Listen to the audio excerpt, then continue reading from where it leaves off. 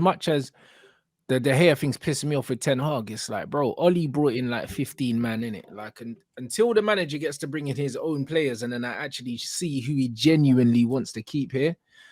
Like, do you know what I mean? There's only so much of the criticism I can actually give him. Do you know what I mean? He has to hold some because he can't be beyond it.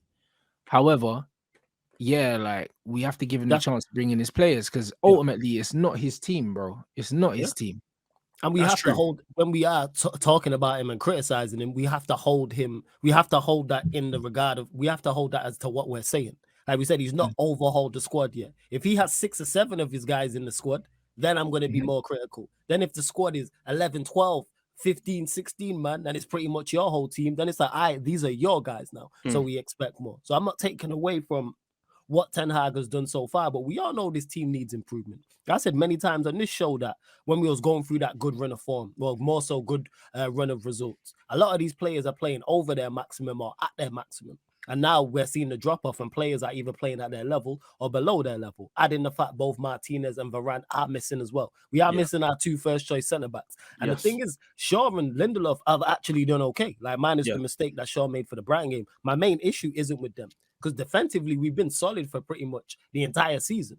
Like, that's what's got us through games. Because a lot of the performances haven't been good. There's times where, I'm happy we've won, but I'm like, that performance is not sustainable. And eventually, poor performances or average performances will catch up with you. And that's what we've seen in certain games. Other games, we played very well. So, that's why I need Ten Hag to bring in more of his players. And the fact that De Gea is getting a new contract, am I against that? Yes, 110%. But the fact we're being linked with goalkeepers, I like. And if we do sign a new goalkeeper, that lets me know Ten Hag's going, all right, that's a problem area that needs to be addressed. But speaking of Arsenal and what you said in regards to Arteta and the overhaul in the squad, Jack is the only one left. Look at who they're looking to replace in the summer. They've been linked with Casado.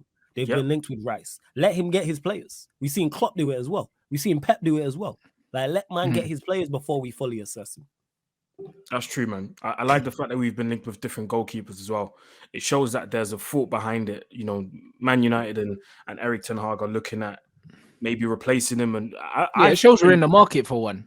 Definitely. I think my personal thought is, I think they're going to keep De Gea. Obviously, there's the talks of the new contract. I think he will sign that new contract on a reduced salary, that's what's been reported, on a reduced salary. And I think at one point he's just going to, Ten Hag's going to make the decision like a Pep one to say, yo, David, you're going to be my number 2, and that's going to be my decision. You have to accept it. I gave you enough chances. There's too many mistakes, and I can't afford to have more mistakes, especially if, because it's not even when, it's if now, we qualify for the Champions League. We can't go into the Champions League with a goalkeeper that's meant to be top class, 31 years of age, going on 32, but still making basic errors. Like, we can't afford that. We're going to go into Europe embarrassing ourselves with a goalkeeper like that. I'm sorry to say it, but yeah, the fact that, our goalkeepers are in the pipeline now. I mean, he spoke to Henderson, apparently. I'm not too keen on that. But there's talks of the Croatian goalkeeper that played in the World Cup, Livakovic. There's the Anderlecht goalkeeper that's had an okay season. So I'm just happy there's other names in the hat, in it. Like, there's not just De Gea for next season, because I can't lie, bro, I'm going to be deflated if I see De Gea as our number 1 next season. I'm going to be so deflated. Yeah, I'm looking at I will look at Ten Hag funny with that decision. And as much as if De Gea, he's going to cost us, because we know what his deficiencies are. Once he starts making mistakes, of course, I'd be critical of De Gea, but I'd be like, all right, Ten Hag, this is on you. You live by your decisions, die by your decisions. You've had a full season now to assess everybody. So you've had ample time to figure out who you want and who you don't want. So therefore, if you keep De Gea and he starts costing us, not just as shot stopping, I'm talking about us being able to play a higher line because he can't, a deeper line or having to play a deeper line because he can't sweep a keep and things of that nature. So not coming for crosses, being commanding, all the deficiencies that De Gea has in his game, that's now on you. So you're now a part of that. So once De Gea starts making mistakes and if he costs us in games, I'm looking at you because you could have assessed that. I don't even want him to get a new deal. Let's put everyone on notice and sell him. Imagine we sold him. That puts everybody, the whole team on notice. Nobody's safe. Facts. You know what I'm saying? Yeah, but I think that's the most important reason why we need to sell him, because it lets everyone know here that you're not safe. If you're not performing, you can move.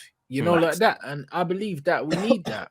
I believe that we need that as a club. I think we need to let these men know that, yo, if you're not performing, like there will be no allowances made for you, bro. You know what I'm saying? We're a team that needs to be competing for all the major honors. So if it means that you get sold, you get sold. It doesn't matter how long you've been there. It doesn't matter. Like none of this sentiment, bro. It needs to be removed.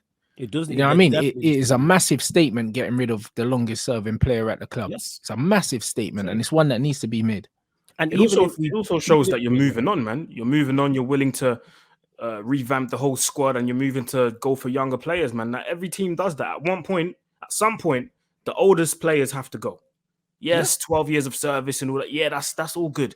But at one point, you have to move on. You have to. Yeah, it's what, like you said, that's what it has to be. And even it would send even more of a message because we've actually had a good season. Yes, it could be a very disappointing end if we don't finish top 4 and we don't win the FA Cup. But let's say, for example, we do. Like, it's not out of the realms of possibility, even though it seems bleak right now because we're in poor form, that Manchester United finish in the top 4 and win the FA Cup. Of course, both of those things are going to be tough, especially the latter. But say we do that, and then you still move him on.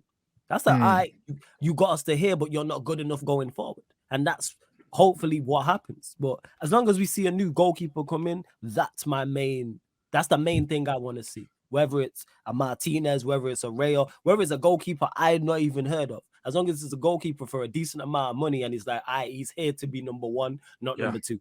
Yeah. That's true, man. I agree.